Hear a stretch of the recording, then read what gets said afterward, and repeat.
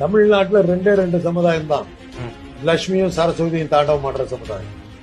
ரெண்டு சமுதாயம். லட்சுமினாக்கா செல்வம், சரஸ்வதினா படிப்பு.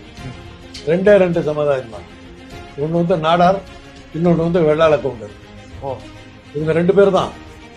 படிப்பை எடுத்துக்கிட்டாலும் அவங்கள அடிச்சுக்கிறதுக்கு ஆள் கிடையாது. செல்வத்தை எடுத்துக்கிட்டாலும் வர்த்தகத்தை எடுத்துக்கிட்டா அவங்க அடிச்சுக்கிறதுக்கு ஆள் கிடையாது. மார்வாடிக்கு ஈக்குவலா இருக்குன்றீங்களா? மார்வாடியில பிச்சை வாங்கணும். தமிழ் இந்தியாவுடைய முதல் 10 பணக்காரர்கள் சிவநாடார். இன்னும் சொல்ல போனா தமிழ்நாட்டை சேர்ந்த ஒரே அளவு தான் பணக்காரர் லிஸ்ட்ல இருக்கு.